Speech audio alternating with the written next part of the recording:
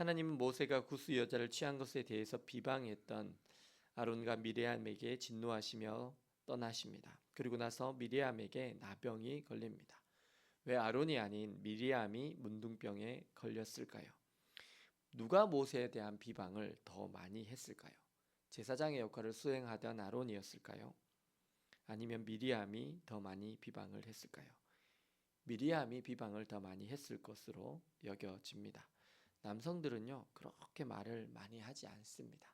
더군다나 하루 종일 성막에서 일하는 아론이 사람들과 많은 시간을 보내며 비방을 많이 하지는 않았을 것으로 여겨집니다. 오히려 모세를 많이 돌봤고 모세가 어려서부터 그를 지켜봐왔던 미리암이 오히려 모세를 더 많이 비방했을 것으로 보입니다. 그래서 하나님께서 그 미리암에게 나병을 주신 것으로 보입니다. 미리암이 문둥병에 걸리자 아론이 모세에게 자신들이 어리석은 일을 하여 죄를 지었다고 말하며 그 벌을 우리에게 돌리지 마소서라고 합니다. 놀라운 것은 아론이 모세에게 내 주여라고 부르고 있다라는 사실입니다. 믿음은 잘못을 시인하는 것입니다. 하나님께서 잘못했다고 말씀하실 때 그 하나님 앞에서 사람 앞에서 잘못을 인정하는 사람에게는 하나님께서 긍휼을 베풀어 주십니다. 사실 모든 권위는 하나님으로부터 나옵니다. 그리고 그 권위자에 대한 비방은 그 조직 전체를 위기에 빠뜨릴 수 있습니다. 미리암은 모세를 비방하였고 이제 하나님으로부터 벌을 받았습니다. 근데 놀라운 것은 모세가 미리암을 위해서 기도할 때 하나님께서 그 모세의 기도를 들으시고 미리암의 나병을 고쳐주신다라는 사실입니다. 하나님은 세운 권위자를 통해서 일하십니다. 하나님의 종을 통해서 하나님의 백성들에게 복을 주십니다. 은혜를 주십니다. 그래서 모세의 기도를 통해서 미리암을 고쳐주십니다. 근데 하나님께서는 미리암을 바로 진영으로 들이지 않고 일주일간은 진영 밖에서 머물게 하십니다. 왜 그녀를 진영 밖에서 머물도록 하십니까? 문둥병이 이미 다 나았지 않았습니까? 그런데 왜 일주일간을 머물게 하십니까? 그것은 그녀가 자신의 죄를 부끄러워하고 반성하고 자숙하는 기간을 가지도록 하시기 위해서였습니다. 하나님은 우리가 우리 죄를 스스로 깨닫기를 원하십니다. 그리고 그 길에서 돌아서기를 원하십니다. 왜 아론이 아니라 미리암이었을까요? 그것은 아론은 자신의 죄를 모세와 하나님 앞에서 인정했었지만 미리암은 아직 인정하는 모습이 보이지 않았기 때문입니다. 믿음은 하나님께서 우리에게 그것 죄라고 하실 때, 네가 죄인이라고 하실 때 제가 죄인입니다 라고 인정하는 것입니다. 왜 엄마들이 아이들을 무엇인가 잘못했을 때 인정하라고 얘기하며 잘못했다고 해 그러면서 막 때리고 막 그렇게 합니까? 싹싹 빌게 할까요?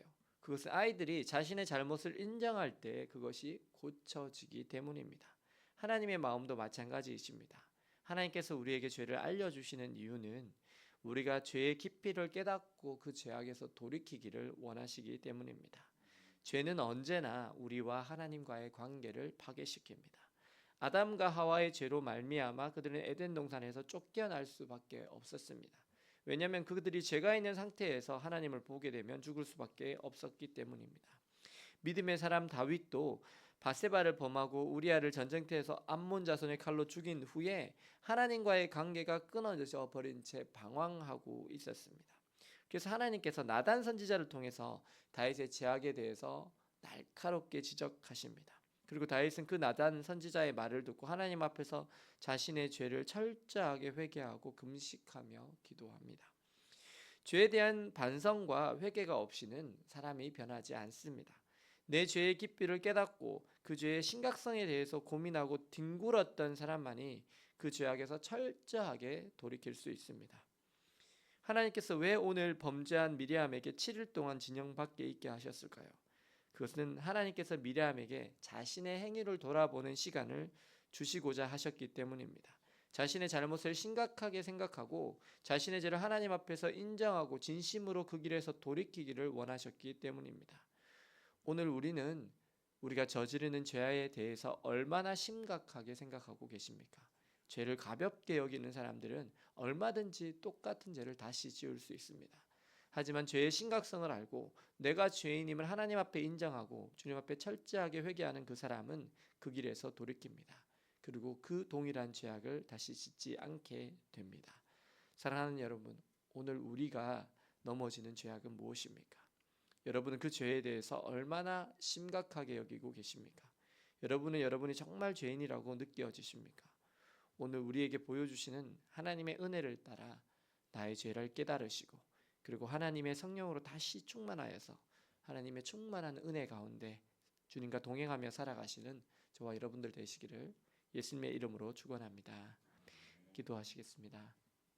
사랑과 은혜의 주님, 오늘 미리암에게 자신의 죄악을 인정하기를 원하시는 하나님의 마음을 봅니다.